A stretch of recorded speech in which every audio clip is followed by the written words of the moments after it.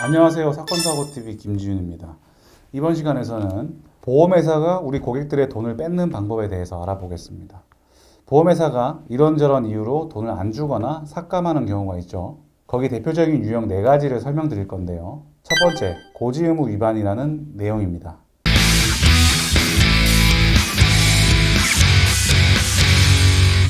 보험계약은 정보 비대칭성이 있는데요. 보험회사 입장에서는 개개인의 상황을 전부 다 알 수가 없습니다.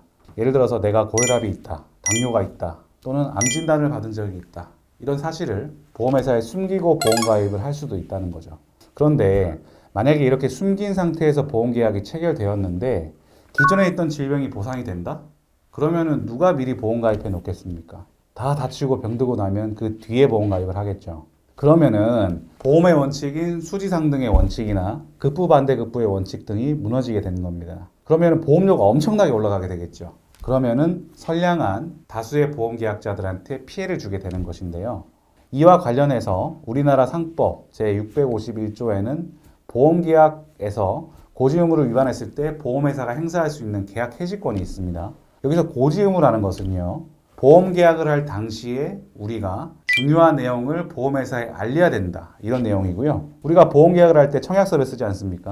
그때 보통 질문표 형태로 최근 3개월 내에, 최근 1년 내에, 최근 5년 내에 진찰을 받아본 적이 있습니까? 투약한 적이 있습니까?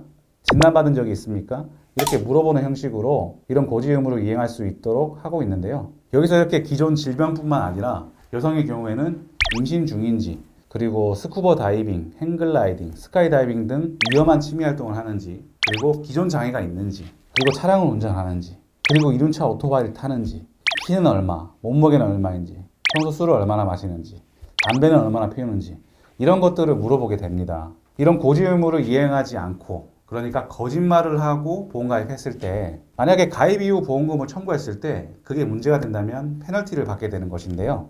상법 제651조에는 이렇게 나와 있습니다. 보험계약 당시에 보험계약자 또는 피보험자가 고의 또는 중대한 과실로 중요한 사실을 고지하지 아니하거나 부실의 고지를 한 때에는 보험자는, 여기서 보험자는 보험회사입니다. 보험자는 그 사실을 안 날로부터 1월, 1개월이죠. 그리고 계약이 체결된 날로부터 3년 내에 그 계약을 해지할 수 있다. 그러나 보험계약자가 계약 당시에 그 내용을 알았거나 중대한 과실로 알지 못한 때에는 그러하지 아니하다라고 나와 있는데요.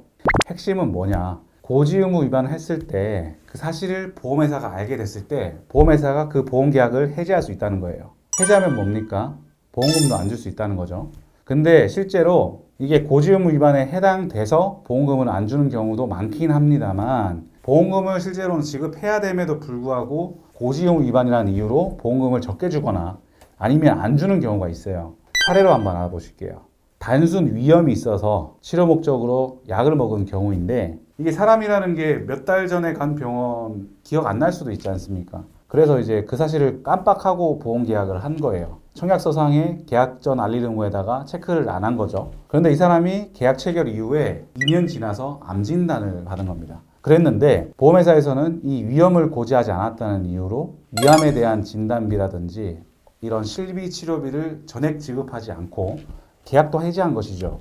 하지만 이 사건의 경우에는요, 고지의무 위반한 위험치료 내용과 위암에 인과관계가 없었다는 것을 입증을 해서 이 위암에 대한 암 진단비라든지 실비 담보 이런 것들을 전부 받을 수 있었던 사건이 있었고요.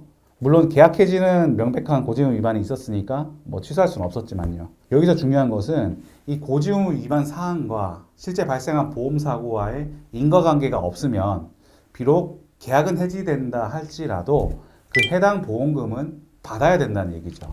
그런데 보험사에서는 계약을 해지했으니까, 그리고 인과관계가 있으니까 보험금을 지급하지 않겠다, 이렇게 해서 우리 소비자들의 보험금을 뺏어가는 경우가 분명히 있다는 거죠.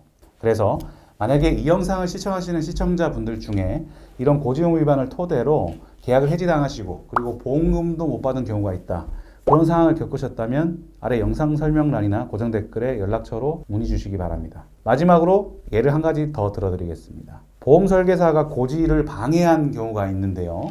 현장에서 일을 하시는 분이셨어요. 이 건설 현장에서 일하시는 분들은 상해 위험도가 높지 않습니까? 그래서 일부 보험회사에서는 가입이 안 되는 상품이 있다든지 혹은 상해 담보가 못 들어가는 경우가 있어요. 그래서 이 설계사분이 좋은 마음에 이분의 직업을 속인 거죠.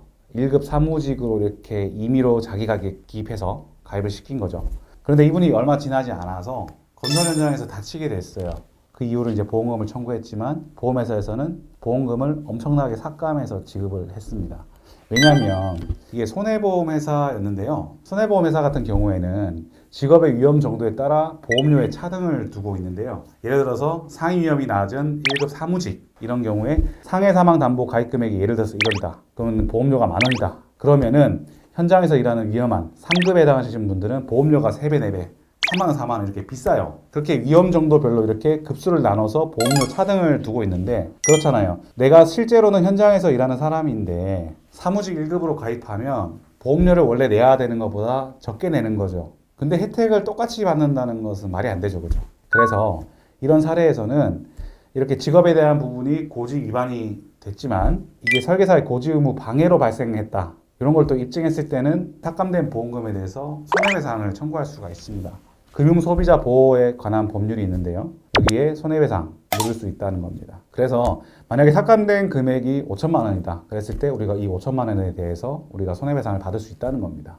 이렇게 고지의무 위반했다 하더라도 그게 이제 보험 모집인, 보험 설계사가 자기 마음대로 이렇게 바꿔서 가입한 경우 이런 경우에는 우리가 손해배상 책임을 물을 수 있다. 이 점도 꼭 참고하시길 바라고요. 여기까지 고지의무 위반으로 인해서 보험회사가 고객의 돈을 뺏는 케이스를 알아보았습니다. 다음 영상에서는 보험회사가 고객의 돈을 뺏는 두 번째 방법에 대해 알아보겠습니다. 영상 끝까지 시청해 주셔서 감사드립니다.